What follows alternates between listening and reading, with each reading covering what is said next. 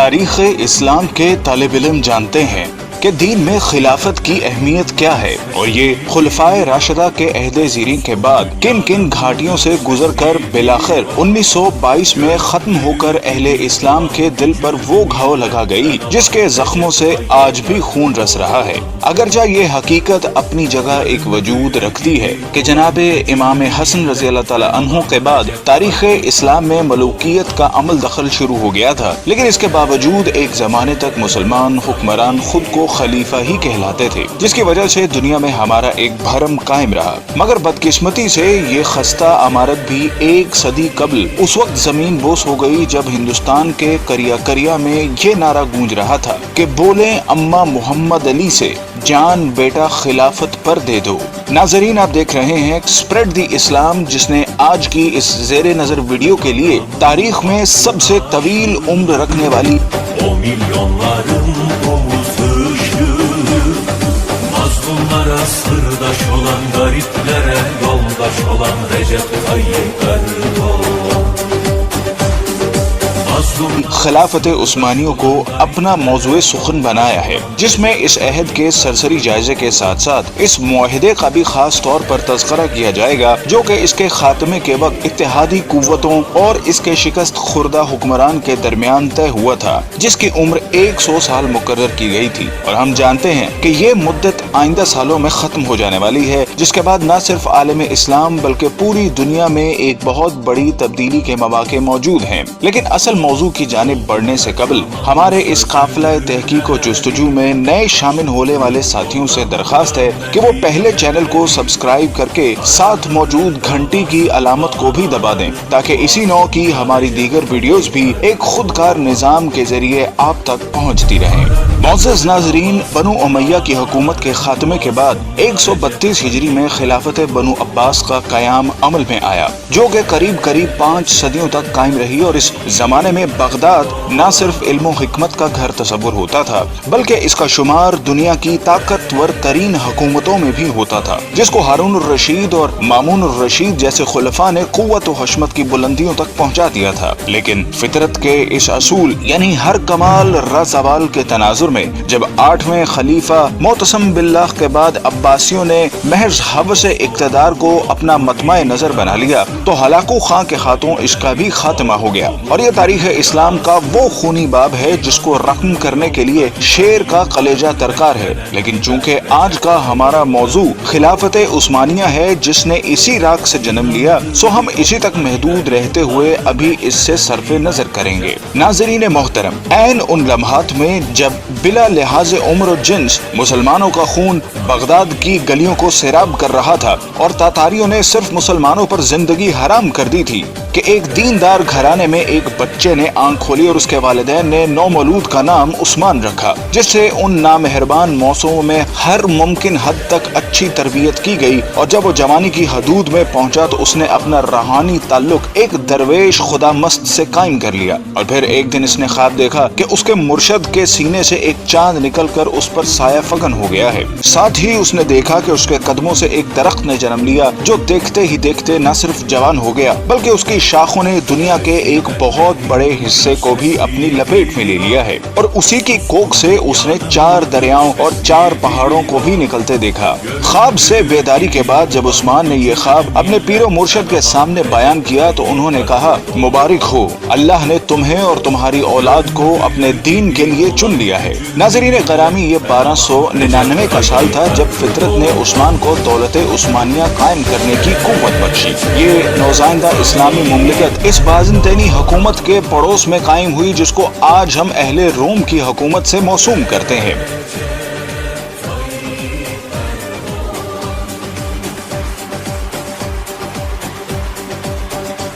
قابل قدر ناظرین، عثمان جس کو ترک آج بھی غازی عثمان کے نام سے یاد کرتے ہیں کا عہد حکومت ایک مثال کے طور پر پیش کیا جاتا ہے جس میں عدل و انصاف کی حکمرانی تھی۔ غازی عثمان نے اپنی زندگی میں ایک ایسی سلطنت کی بنیاد رکھی جو کہ آنے والی کئی صدیوں تک قائم رہی۔ یہ عظیم حکمران جب 1226 میں اس دنیا سے رخصت ہوا تو اس نے موت سے قبل اپنے بیٹے اور خان کو جو نصیحت کی وہ آج بھی کتب تاریخ میں ایک بہترین ضابطے کی صورت حالت میں موجود ہے۔ اس نے کہا کہ جہاد فی سبیل اللہ کو قائم رکھتے ہوئے ہمیشہ دین اسلام کا پرچم سر بلند رکھنا اور ہمیشہ عدل و انصاف پر قائم رہنا۔ اس نے کہا کہ میری نسل سے جو شخص بھی اسلام سے بے وفائی کا مرتکب ہوگا تو وہ روز حشر رسول اللہ صلی اللہ علیہ وسلم کی شفاعت سے محروم رہے گا۔ اور پھر اس کے بعد 627 سال تک دولت عثمانیہ پر اسلامی خلافت قائم رہی، جس دوران کئی ایک نامور حکمران آئے جنہوں نے اس کی آبیاری کرتے ہوئے اسے دنیا کی ایک عظیم سلطنت میں بدل دیا۔ اور پھر آنے والے وقت نے ثابت کیا کہ عثمان کے خواب میں آنے والے دریاؤں میں دجلہ،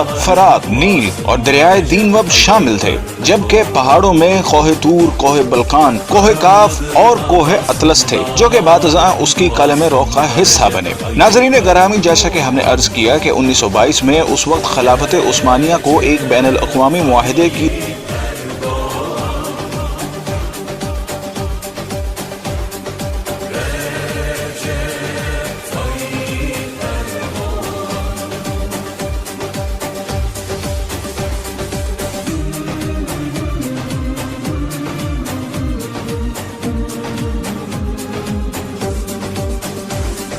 Sözü dost doğru yoktur riyası, zalimlerin korkulu rüyası. İnandığı yolda gider, yıllardır beklenen lider Recep Tayyip Erdoğan.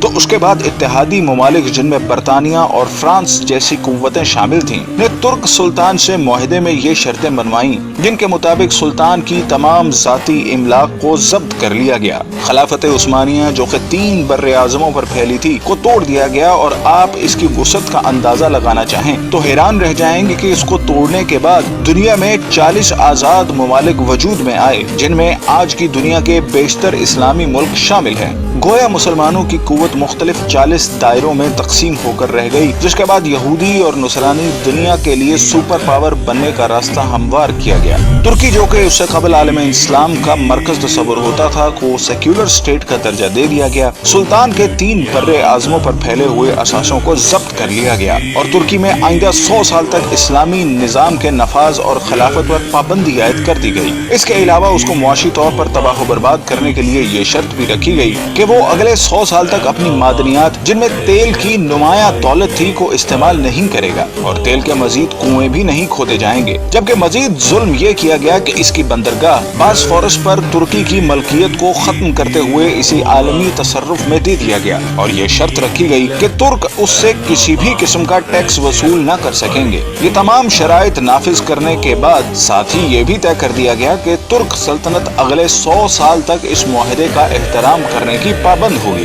ناظرین گرامی، وقت اپنی مخصوص رفتار کے ساتھ چلتا رہا، اور ترک مسلمانوں اور بالعموم تمام عالم اسلام نے یہ صدی کس کرب سے گزاری۔ اگر اس داستان خون رنگ کو لکھنے کی جسارت کی جائے تو ظاہر ہے ایک پوری کتاب کی ضرورت پڑے گی، لیکن یہ عہد پرآشوب اپنی تمام تر حشر سامانیوں کے ساتھ اب اپنی آخری سانسیں لے رہا ہے، اور اب مزید کچھ سال بعد ترکی اس معاہدے سے آزاد ہونے والا ہے جس نے 100 سال تک اس کی آزادی کو اس سے چھینے رکھا۔ لیکن جو وقت قریب آ رہا ہے تو اسلام مخالف قوتوں کی راتوں کی نیند میں خلل آنے لگا ہے کہ اس معاہدے کے بعد دنیا میں ایک بار پھر نئے دور کا آغاز ہونے والا ہے، جس کی طاقتور شہادتیں ترکی کی موجودہ قیادت جو کہ مرد حر طیب اردغان کا قول و عمل دے رہا ہے۔ ہر چند کے گزشتہ 1 صدی میں ترکی کو اسلام سے دور رکھنے کی ہر ممکنہ کوشش کی گئی، لیکن اس کے باوجود حالات گواہی دے رہے ہیں کہ وہ چنگاری جس کو اغیار نے اپنی مکاری سے دبانے کی سرتوڑ کوششیں کی، وہ ایک بار پھر شعلہ بننے کے لیے بےتاب ہے۔ بلکہ اگر طیب اردغان کے طرز عمل پر ذرا سا بھی غور کریں تو یہ بات کھل کر سامنے آتی ہے کہ برما کا معاملہ ہو یا کشمیر کا مسئلہ، سب سے پہلے مسلمانوں کے حق میں جو آواز بلند ہوتی ہے وہ طیب اردغان کا نعرہ مستانہ ہوتا ہے۔ بلکہ حال ہی میں جب امریکی صدر ٹرمپ نے پاکستان کے خلاف زبان کھولی تو اس کی مذمت بھی سب سے پہلے ترکی کی سرزمین ہی سے کی گئی، اور جب یہ معاہدہ اپنی موت مر جائے گا تو پھر حالات کیا رخ اختیار کریں گے، اس کا اندازہ لگانا کوئی زیادہ مشکل کام نہیں، بلکہ طیب اردگان کا یہ بیان کہ 2023 کے بعد ترکی پہلے جیسا بیمار ملک نہیں رہے گا بلکہ وہ عالمی سیاست میں ایک صحت مند کردار ادا کرے گا، اس بات کا غماز ہے کہ آنے والے وقتوں کے لیے خود کو تیار کر چکا ہے، اور شاید اقبال کا اس شعر کی تفسیر آمدہ برسوں میں آنے والی ہے۔ اگر عثمانیوں پہ کوہ غم ٹوٹا تو کیا غم ہے کہ خون 100,000 انجم سے ہوتی ہے سحر پیدا۔ ناظرین کرام، اگر ہم تاریخ کے آئینے میں دیکھنے کی جسارت کریں تو یہ بات کھل کر سامنے آتی ہے کہ طاغوت کی ہمیشہ یہی کوشش رہی کہ اسلام کبھی بھی دنیا کے کسی بھی خطے میں اپنی اصل شکل کے ساتھ نافذ نہ ہو سکے، اور اگر ماضی میں بھی کبھی ایسی کوشش کی بھی گئی تو اس کی مخالفت میں تمام ابلیسی قوتیں متحد ہو گئیں، جس کی تازہ ترین مثال ملا عمر کے افغانستان میں اسلام کے نفاذ کی کوشش تھی، جو طاغوت کے لیے ایک ڈراؤنا خواب تھا، جس کے مقابلے میں ہم نے دیکھا کہ دنیا کی تمام قوتیں اس پسماندہ ترین ملک کے خلاف صف آرا ہو گئیں، اور نہ ہی وہ طاقتیں جن کے بارے میں اللہ رب العزت کا ارشاد ہے کہ یہ کبھی تمہاری دوست نہیں ہو سکتی بلکہ یہ آپس میں ہی ایک دوسرے کی دوست ہیں، یہ گوارا کرتی ہے کہ ملت اسلامیہ کبھی ایک مرکز تلے جمع ہو سکے، اور یہی وجہ ہے کہ انہوں نے اسلام کی خلافت کو ختم کر کے اپنے تئیں ایک بہت بڑا معرکہ سر کر لیا تھا، اور اس خوش فہمی میں مبتلا تھیں کہ شاید ایک صدی کی گرد تلے دبے یہ ترک مسلمان دوبارہ اپنی فطرت کی طرف مراجعت اختیار نہیں کر سکیں گے، لیکن وقت کے تیور بتا رہے ہیں کہ اب ان کا یہ خواب پورا نہیں ہو سکے گا، اور ایک دفعہ پھر دنیا میں خلافت کی بنیاد رکھی جائے گی، کیونکہ حضور صلی اللہ علیہ وسلم کی حدیث کے مطابق قیامت سے قبل خلافت قائم ہو کر رہے گی۔ قال رسول اللہ صلی اللہ علیہ وسلم تکون النبوۃ فیکم ما شاء اللہ ان تکون، نبوت رہے گی تمہارے مابین مسلمانوں جب تک کہ اللہ چاہے گا کہ وہ رہے، یعنی میں رہوں گا۔ ثم یرفع اللہ اذا شاء یرفعها، پھر اللہ اسے اٹھا لے گا جب اللہ چاہے گا کہ اسے اٹھا لے، یعنی پھر میرا انتقال ہو جائے گا، نبوت ختم، اب تمہارے مابین نبوت کی برکات سعادتیں۔ ثم تکون خلافۃ علی منہاج النبوہ، پھر اس کے بعد ایک دور ہوگا خلافت کا جو بالکل نبوت کے طریق پر ہوگی، نبوت کے نقش قدم پر ہوگی، جو نظام میں نے قائم کیا یوں کا توں بغیر کسی بال کے فرق کے وہ قائم کیا، وتکون ما شاء اللہ، پھر وہ بھی رہے گا جب تک کہ اللہ چاہے گا کہ رہے۔ ثم یرفع اللہ اذا شاء یرفعها، پھر اللہ اسے بھی اٹھا لے گا جب چاہے گا کہ اٹھا لے۔ ثم تکون ملکا عاضا، عض یعض کہتے ہیں دانتوں سے کاٹنے، پھر اس کے بعد ایک دور آئے گا جو کاٹ کھانے والی ملوکیت کا دور، یہ جیسا کہ میں عرض کرتا ہوں یہ ملوکیت جو مسلمانوں اور ان میں جو مظالم ہوئے ہیں اچھے لوگ کیا ہے، یہ آپ 12 خلفاء کی تعداد، ثم تکون ملکا عاضا، پھر کاٹ کھانے والی ملوکیت آئے گی، وتکون ما شاء اللہ وتکون، تو وہ بھی رہے گی جب تک اللہ چاہے گا۔ ثم یرفع اللہ اذا شاء یرفعه، پھر اللہ اٹھا لے گا اسے بھی جب چاہے گا۔ ثم تکون ملکا جبریا، پھر ایک مجبوری والی ملوکیت آئے گی، غلامی والی، جس کو ویسٹرن کولونیلزم ہے، یورپین کولونیلزم، کہیں انگریز ملکہ وکٹوریہ کے ہم غلام ہو گئے، کہیں جو ہے ہسپانوی آ گئے، کہیں پر اطالوی آ گئے، کہیں پر فرانسیسی آ گئے، کہیں پر ولندیزی آ گئے، کہیں پر پرتگیزی آ گئے، اس طرح سے پورا عالم اسلام گرفت میں آ گیا۔ ثم تکون ملکا جبریا فتکون ما شاء اللہ ان تکون، پھر وہ بھی رہے گا جب تک کہ اللہ چاہے گا۔ ثم یرفع اللہ اذا شاء یرفع، پھر اللہ اسے بھی اٹھا لے گا جب چاہے گا تو اٹھا لے گا۔ ثم تکون خلافۃ علی منہاج النبوہ، پھر آئے گا ایک دور خلافت علی منہاج النبوہ۔ ثم سکت النبی صلی اللہ علیہ وسلم، اس کے بعد خاموش ہو گئے، تاریخ انسانی کا یہ آخری دور۔ مسند احمد میں موجود حدیث کے مطابق حضور صلی اللہ علیہ وسلم نے 5 ادوار کا ذکر فرمایا ہے۔ آپ صلی اللہ علیہ وسلم نے فرمایا کہ تمہارے اندر نبوت کا دور رہے گا جب تک اللہ چاہے، پھر اللہ اسے اٹھا لے گا جب اٹھانا چاہے گا، یعنی جب تک حضور صلی اللہ علیہ وسلم رہے وہ دور رہا۔ اس کے بعد حضور صلی اللہ علیہ وسلم نے دوسرے دور کا ذکر فرمایا، پھر خلافت منہاج النبوہ قائم ہوگی، بس یہ دوسرا دور بھی جاری رہے گا جب تک اللہ چاہے گا، پھر جب اللہ چاہے گا اسے بھی اٹھا لے گا۔ اس کے بعد حضور نے تیسرے دور کا ذکر فرمایا کہ اس کے بعد کاٹ کھانے والی حکومت کا دور آئے گا۔ حکومت کا یہ دور بنو امیہ اور بنو عباس کی ملوکیت کا دور تھا۔ آپ نے ارشاد فرمایا یہ دور بھی رہے گا جب تک اللہ چاہے گا، پھر اسے بھی ختم فرما دے گا۔ پھر حضور صلی اللہ علیہ وسلم نے چوتھے دور کا ذکر فرمایا، پھر جابرانہ بادشاہت کا ایک دور آئے گا۔ جابرانہ بادشاہت سے مراد غیروں کی غلامی کا زمانہ ہے۔ پھر حضور نے پانچویں دور کا ذکر فرمایا کہ پھر خلافت منہاج النبوت قائم ہوگی، یعنی پھر پہلے ہی کی طرح خلافت کا دور آئے گا جو نبوت کے نقشے پر ہی قائم ہوگا۔ ہمارا ایمان ہے کہ وہ دور لازماً آئے گا جس کی خبر حضور نے دے دی ہے کہ آپ صلی اللہ علیہ وسلم سچے ہیں اور آپ کی خبر کبھی غلط نہیں ہو سکتی۔ ناظرین گرام، خلافت عثمانیہ کی سرزمین پر طیب اردغان جیسی شخصیت کی موجودگی اس بات کی دلالت کر رہی ہے کہ شاید آنے والا وقت ایک دفعہ پھر اس امت کو ایک جھنڈے تلے جمع کرنے کے لیے اپنی چال چل چکا ہے۔ ہماری دعا ہے کہ خدا وہ وقت جلدی لائے کہ امت کے ان زرخیز اور مقدر دماغوں کے اندر وہ احساس زیاں جنم لے سکے جو کہ اتحاد امت کے راستوں کا نقیب بن سکے۔ آمین۔ Fetten adam Recep Tayyip Erdoğan, göründüğü gibi olan gücünü milletten alan Recep Tayyip Erdoğan.